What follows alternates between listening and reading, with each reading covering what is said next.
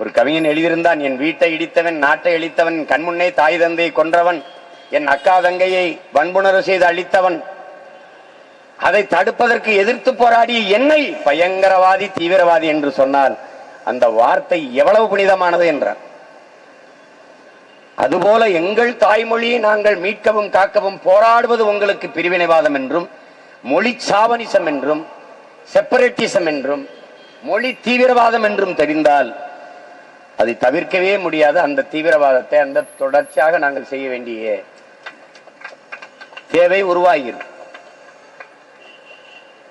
கட்டாயமாக இந்தி படி என்பது இந்தி தீவிரவாதம், இந்தி சாவனிசம் இல்லையா? சமஸ்கிருதம் படிக்க வேண்டும் என்பது சமஸ்கிருத சாவனிசம் இல்லையா? தமிழில் படிக்க வேண்டும் என்று பேசுவது சொல்வது என்பது அது எப்படி சாவனிசமாகும்? அது எப்படி பாசிசமாகும்? நான் வேற ஒரு மாநிலத்தில் போய் என் தாய்மொழியை கட்டாயம் படிக்க வேண்டும் என்று சொல்வது பாசிசம், அது தீவிரவாதம், மொழி திணிப்பு. என் தாய் நிலத்தில் என் தாய்மொழியை நான் படிக்க கேட்பது என்பது என் உரிமை, என் பிறப்புரிமை.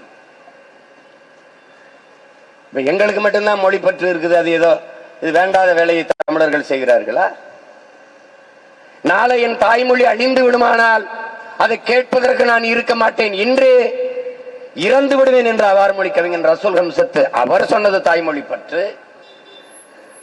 எழுதுங்கள் என் நெற்றியில் நான் அரேபியன் என்று முகமது தர்வீஸ் முன்வைத்தது தாய்மொழி பற்று, அது புரட்சிகர முழக்கம்.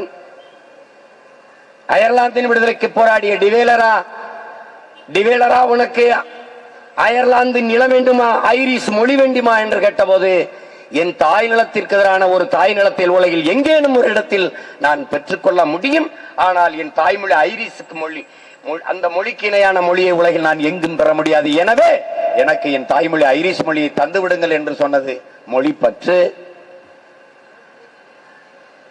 இந்த நிலப்பரப்பில், இந்திய ஒன்றிய நிலப்பரப்பில் இன்றைக்கு தேசிய கீதம் நாட்டுப்பண் என்று பாடுகிற நீங்கள் வங்க மொழியில் எழுதிய ரவீந்திரநாத் தாகூர் எந்த மொழியிலும் எழுதலை. ஏன் அவன் இத்தனை மொழிவழி தேசிய இனங்கள் வாழ்கிற நாட்டிலே அவர் தாய்மொழியில் தான் எழுதினார், வேற மொழியில் எதையுமே எழுதவில்லை. காரணம் அவருக்கு இருந்த மொழி பற்று என்று சொன்னீர்கள். அது ஏன் மொழி வெறி என்று நீங்கள் சொல்லவில்லை?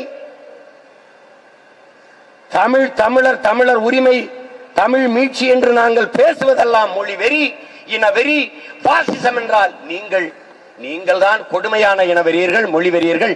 நீங்கள் ஒரு மொழியின் வெறியர்கள். நாங்கள் கேட்பது ஒரு தேசிய இனத்தின் உரிமை. என் தாயை என் தாய்மொழியில் அம்மா வென்று அழைப்பது என்பது என் அடிப்படை உரிமை, என் பிறப்புரிமை. அது கூடாது என்பது மிகப்பெரிய கொடுமை,